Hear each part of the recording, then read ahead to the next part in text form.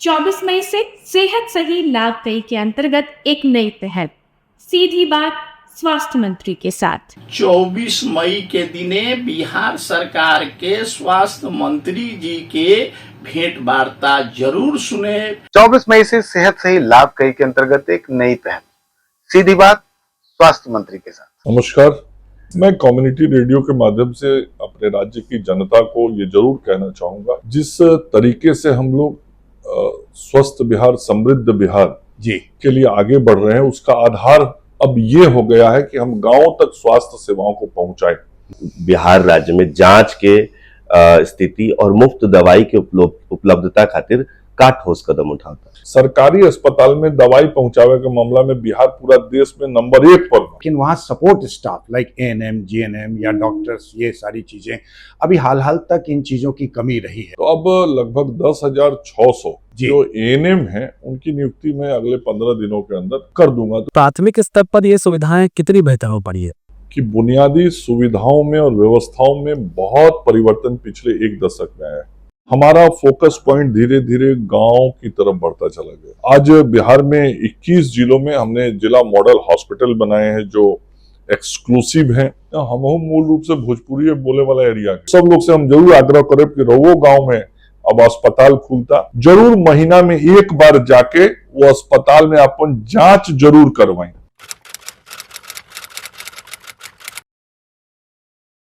नमस्कार, मैं हूं राजेश और इस वक्त यहां बैठा हूं बिहार में जितने भी कम्युनिटी रेडियो स्टेशन हैं, चाहे वो भागलपुर हो, मुंगेर हो, वैशाली हो, सिवान हो, छपरा हो, गोपालगंज हो, पटना हो या गया, हर का प्रतिनिधित्व करने यहां बैठा हूं। आज सेहत सही लाभ कई ये कार्यक्रम आप सुन रहे हैं सामुदायिक रेडियो से।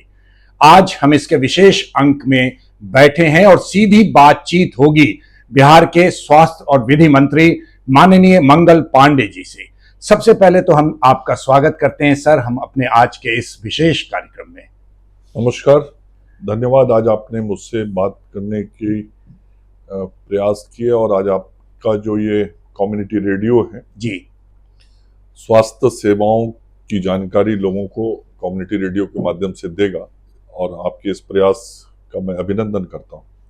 सर सबसे पहले तो आपको बहुत बहुत धन्यवाद कि जो बिहार कभी स्वास्थ्य के क्षेत्र में पिछड़ा माना जाता था, सेवाएं नहीं थी, सारा कुछ नहीं था, व्यवस्थाएं नहीं थी, आज आपके नेतृत्व में ये ऊपर ऊपर और ऊपर चलता चला जा रहा है। बहुत बहुत धन्यवाद सर। किसी भी काम को यदि आप ईमानदारी के साथ करते हैं, समर्पण के साथ करते हैं और अनुशासन के साथ करते हैं तो निश्चित रूप से सफलता मिलती है।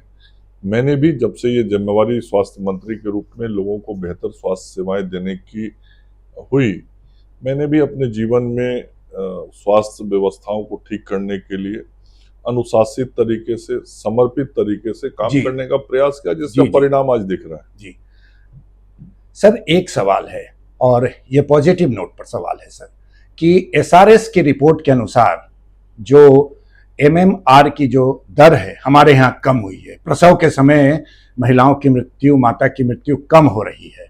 इसमें कौन सी नीति है, क्या पॉलिसी है, क्या कर रही है बिहार सरकार और स्वास्थ्य विभाग, और क्या आगे भी ये जारी रहेगा? एक दूसरा सवाल भी है सर कि अच्छा लगता है कुछ नई चीज को हम हासिल करते हैं, लेकिन जब राष्ट्रीय मानचित्र पर हम अलग से दिखते हैं तो और भी अच्छा लगता है। क्या आने वाले दिनों में हम इस चीज की कल्पना कर सकते हैं कि इस क्षेत्र में हम पूरे भारतीय परिदृश्य में अलग से दिखाई देंगे? देखिए, किसी भी देश या राज्य की स्वास्थ्य व्यवस्थाओं को यदि समझना होता है जी, तो कुछ पैरामीटर्स होते हैं जिसपे देखा जाता है कि वह देश या राज्य कैसा परफॉर्म कर रहा है। उसमें एक बहुत ही महत्वपूर्ण ये एमएमआर होता है, मदर मोर्टेलिटी रेट, जी, जिसे मातृ मृत्यु दर हम कहते हैं। जी। और यदि मातृ मृत्यु दर कम होता जा रहा है, इसका मतलब बहुत साफ है कि वहाँ की व्यवस्थाएं बेहतर होती जा रही हैं। और जो प्रसव जब होता है जी, उस वक्त प्रति लाख महिलाओं पे कितना मृत्यु हो जाता है, वो जो आंकड़ा होता है वही आंकड़ा रिफ्लेक्ट करता है कि अस्पताल में इंस्टीट्यूशनल डिलीवरी कितने हो रहे हैं। एग्जैक्टली। वही रिफ्लेक्ट करता है कि वहाँ पे एएनसी टेस्ट, जिसको एंटीनेटल चेकअप बोलते हैं, वो चेकअप कितने हो रहे हैं। वही रिफ्लेक्ट होता है कि जो हमारी आशा के कार्यकर्ता हैं वो गर्भवती माताओं को कितना अस्पताल ले जाने में सफल हो पा रही हैं। यही रिफ्लेक्ट करता है एमएमआर कि जो अस्पताल के अंदर हमारी नर्सेज हैं, डॉक्टर्स हैं, वो कितना ट्रेंड है। तो ये बहुत सारी चीजें ऑटोमेटिकली एक इंडिकेटर से रिफ्लेक्ट हो जाती है। और बिहार के संदर्भ में यदि हम इसको देखें तो आज से 20 साल पहले जी ये आंकड़ा बिहार में 374 था। जब 1 लाख महिलाओं को प्रसव होता था तो 374 महिलाओं की मृत्यु हो जाती थी। 2015-17 में घट के ये 1174 पे पहुंचा जी। और 174 से घट के जो अभी एसआरएस का जो ये आंकड़ा आया है, ये आज 100 पे आ गया है। और ये जो आंकड़ा आया है ये 2020-21 का है। बहुत शीघ्र 2022-23 का भी आंकड़ा आने वाला है और मुझे उम्मीद है कि उसमें ये संख्या और घट जाएगी। इसके पूर्व जो आंकड़े थे वो 17-19 के जो आंकड़े थे, उस आंकड़े में हम 118 के अंक पे पहुंचे हुए थे। तो प्रति 1 लाख गर्भवती महिलाओं में से 118 महिलाओं की मृत्यु प्रसव के समय हो जाती थी या प्रसव के तुरंत उपरांत हो जाती थी। अब उसमें 18 अंक की कमी हमने लाया है और 100 पे हम पहुंच गए। ये यदि कमी हम राष्ट्रीय क्षितिज पे या राष्ट्रीय स्तर पे देखें तो नंबर में जो कमी आई है, तो संख्या में कमी लाने के मामले में बिहार दूसरा राज्य है। हमसे ज्यादा कमी आसाम ने लाया है। हालांकि अभी इतना कमी लाने के बाद भी आसाम में 160 से ज्यादा की मृत्यु दर है प्रति 1 लाख महिलाओं पे। फिर भी हमने 18 की कमी लाई, आसाम ने 27 की कमी लाई। लेकिन बिहार दूसरे स्थान पे है जी, जो सर्वाधिक संख्या को कम करने में सफल रहा है। ऐसे देश का राष्ट्रीय औसत 93 है आज। ये जिस वक्त का आंकड़ा हमारा है उस वक्त ये 97 था। तो राष्ट्रीय स्तर पे देखते हैं तो 4 अंक की कमी हुई है। लेकिन हम बिहार के पैमाने पे यदि उसको देखते हैं तो इसमें 18 अंकों की कमी आई है। तो यही रिफ्लेक्ट कर रहा है कि किस प्रकार से राष्ट्रीय क्षितिज पे बिहार के हेल्थ सिस्टम के बेहतर होते हुए प्रयास रिफ्लेक्ट हो रहे हैं। और निश्चित रूप से जैसा मैंने कहा कि इन चीजों को ठीक करने के लिए कई स्तर पे व्यवस्थाओं को सुधारना पड़ता है जी। अच्छे चिकित्सक चाहिए, ट्रेंड नर्सेज चाहिए, आशा फैसिलिटेटर चाहिए बढ़िया, फिर उसके नीचे काम करने वाली आशा कार्यकर्ता चाहिए, फिर जिस अस्पताल में पेशेंट हमारी जा रही है गर्भवती महिलाएं, उनको वहाँ पे प्रॉपर चेकअप होना चाहिए। हर महीने की 9 तारीख को प्रधानमंत्री मातृत्व सुरक्षा दिवस हम लोग बनाते हैं और हर महीने की 9 तारीख को गर्भवती महिलाओं की जांच के लिए उनको अस्पताल में बुलाते हैं। एक गर्भवती महिला को पूरे 9 महीने में जी 4 बार एएनसी टेस्ट कराया जाता है ताकि पेट में जो पल रहा, गर्भ में पल रहा बच्चा है, उसकी कैसी स्थिति है, माँ का स्वास्थ्य कैसा है। और फिर उन सारे चीजों के आलोक में चिकित्सक उनका उपचार करते हैं या उनको जिस भी मिनरल्स की, विटामिन की, मेडिसिन की जरूरत होती है वो प्रिस्क्राइब करते हैं और एक स्वस्थ माँ स्वस्थ बच्चे को फिर जन्म देती है और स्वस्थ बच्चा और स्वस्थ माँ फिर अपने जीवन को आगे बढ़ाता है। तो ये जो सारे प्रोसेस हैं उसमें हमारे पास मैन पावर भी चाहिए होता है, मतलब एचआर जिसको हम ह्यूमन रिसोर्स कहते हैं वो चाहिए होता है, कुछ आवश्यक उपकरण चाहिए होते हैं, समाज में विश्वास का वातावरण बनाना पड़ता है। ये बिहार है। बिहार में बहुत पहले ऐसी मान्यता लोगों के दिमाग में रहती थी कि सरकारी संस्थानों में सुविधाएं बहुत अच्छी नहीं होती। वो मानस से लोगों को बाहर निकालना था, वो जकड़न था दिमाग में। इसके अतिरिक्त हम कैसे प्रसव के समय अधिक से अधिक गर्भवती महिलाओं को अस्पताल में ले जाएं, जी जिसको हम इंस्टीट्यूशनल डिलीवरी कहते हैं, संस्थागत प्रसव। नहीं तो बिहार में पहले बहुत प्रसव घरों में हो जाया करते थे, खास करके ग्रामीण क्षेत्र में। जो गांव में कुछ महिलाएं होती थी एक्सपर्ट टाइप की, जी जी लेकिन वो उसमें कैजुअलिटी होने की संभावनाएं रहती थी। तो ये इंस्टीट्यूशनल डिलीवरी बढ़ाया और आज बिहार में संस्थागत प्रसव 76% तक हम लोगों ने पहुंचा दिया है और 76% इंस्टीट्यूशनल डिलीवरी हुआ है, जो पहले 25-28% इस बिहार के अंदर होता था। तो ये सारे एक एक जो छोटे छोटे प्रयास हुए जी उन प्रयासों का परिणाम है। हमारी जो एएनएम की नर्सेज हैं उनको हम लोगों ने ट्रेनिंग दिलवाया, उसको हम लोगों ने अमानत ट्रेनिंग का नाम दिया था।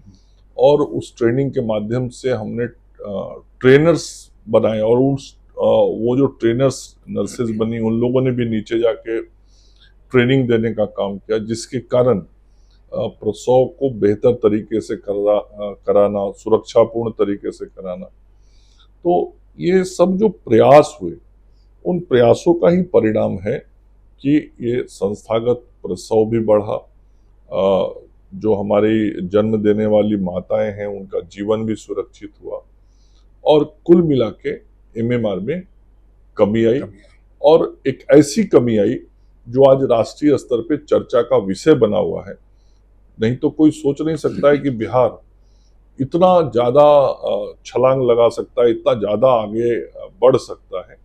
और आज पूरे देश के अंदर बिहार में होती हुई बेहतर स्वास्थ्य व्यवस्थाएं जो हैं वो चर्चा का केंद्र बिंदु बनी है और ऐसे ऐसे पैरामीटर्स जो हैं वो उसके उदाहरण बने। सर, आपने अभी कहा कि इंफ्रास्ट्रक्चर के साथ साथ मैन पावर की भी जरूरत पड़ती है। इंफ्रास्ट्रक्चर डेवलप हो गया, लेकिन वहाँ support staff like ANM, GNM या डॉक्टर्स, ये सारी चीज़ें अभी हाल तक इन चीज़ों की कमी रही है और अभी भी हमें लगता है कि आंकड़े कहते हैं पूरा फुलफिल नहीं है, लेकिन संतोषजनक है और आपके प्रयास जारी हैं। हम चाहते हैं इस कार्यक्रम के माध्यम से लोगों तक बताना कि यहाँ कहाँ तक काम हुआ, कब तक ये स्थितियाँ ठीक हो जाएंगी। और नहीं, देखिए, मैं जो मेरा पहला कार्यकाल था जी, उस कार्यकाल में मैं 5 वर्ष से अधिक समय तक स्वास्थ्य मंत्री रहा था जी, और लगभग 39,000 नियुक्तियां हमने स्वास्थ्य विभाग के माध्यम से और जो एनएचएम के पद होते हैं उनके माध्यम से हमने रिक्तियां की थी जी। उसमें लगभग 8,500 के आसपास डॉक्टर्स थे और एएनएम जीएनएम को जोड़ा जाए तो 19,000 लगभग नर्सेज की नियुक्ति हमने की थी और उन्हीं नर्सेज में से फिर हमने ये अमानत ट्रेनिंग और सभी कुछ कराया था। लेकिन इसके साथ और भी पैरामेडिक्स स्टाफ्स की जरूरत पड़ती है, सपोर्टिंग स्टाफ से, जैसे लैब टेक्नीशियन की जरूरत पड़ती है। अल्ट्रासोनोग्राफी कराना है तो उसके लिए टेक्नीशियन का जरूरत पड़ता है, एक्सरे के लिए टेक्नीशियन का जरूरत पड़ता है, तो कई और ओटी असिस्टेंट की जरूरत पड़ता है यदि कहीं ऑपरेशन का कोई इशू आ गया तो ये जो सारे पैरामेडिक्स स्टाफ हैं इनकी भी नियुक्ति हमने की थी। लेकिन अभी भी हमारे पास बहुत सारे पद रिक्त पड़े हुए थे और बीच में करीब 15-16 महीने में स्वास्थ्य मंत्री नहीं रहा, तो किसी भी कारण से उस बीच में नियुक्ति की प्रक्रियाएं सारी बाधित हो गई थी और एक बार दोबारा मंत्री बनने के बाद फिर मुख्यमंत्री जी ने मुझे ये निर्देश दिया कि इन सारे चीज़ों को फिर से तेजी से आगे बढ़ाया जाए। तो मुझे आपको ये बताते हुए प्रसन्नता हो रही है कि 41,000 एचआर के नियुक्ति के लिए स्वास्थ्य विभाग ने विज्ञापन प्रकाशित करा दिए हैं। ये नियुक्तियां बिहार टेक्निकल सर्विस कमीशन के थ्रू होनी है, बिहार पब्लिक सर्विस कमीशन के थ्रू होनी है, हमारे मेडिकल कॉलेज में असिस्टेंट प्रोफेसर्स की नियुक्ति होनी है, जो एमबीबीएस के यूजी डॉक्टर हैं उनकी नियुक्ति होनी है, जो स्पेशलिस्ट पीजी डॉक्टर हैं उनकी नियुक्ति होनी है, डेंटिस्ट की नियुक्ति होनी है, जो हमारे आयुष के डॉक्टर हैं उनकी नियुक्ति होनी है। तो जितने भी प्रकार के डॉक्टर हैं उनकी नियुक्ति कर रहे हैं। बड़े पैमाने पर जीएनएम की वैकेंसी हमने निकाली है 11,000 से अधिक पदों की। जी जी। और एक अच्छी खबर ये है कि एएनएम की नियुक्ति की प्रक्रिया पीछे कुछ महीने से चल रही थी। तकनीकी कारणों से मामला न्यायालय में चला गया था और परिणाम लंबित था, लेकिन 2-3 दिन पहले उच्चतम न्यायालय से भी परिणाम को प्रकाशित करने का निर्देश प्राप्त हो गया है। तो अब लगभग 10,600 जो एएनएम हैं उनकी नियुक्ति मैं अगले 15 दिनों के अंदर कर दूंगा। तो ये बहुत बड़ा एक मैन पावर हमको मिलेगा, और खास करके ये एमएमआर को कम करने में या आईएमआर को भी कम करने में। आपने जो एमएमआर पूछा उसका दूसरा पक्ष आईएमआर भी है। तो जो इन्फेंट मोर्टेलिटी रेट है, शिशु मृत्यु दर, तो इन सारे चीजों को कमी करने में सहायता मिलेगी। इसके अलावा हमने लैब टेक्नीशियन से लेके X-ray technician, OT assistant, dresser, community health officer, इन सारे पदों पे नियुक्तियों के लिए विज्ञापन प्रकाशित कर दिया है। कई विज्ञापनों के फॉर्म भरे जाने लगे हैं, कुछ की तो परीक्षाएं हो गई हैं, परिणाम अब आएंगे।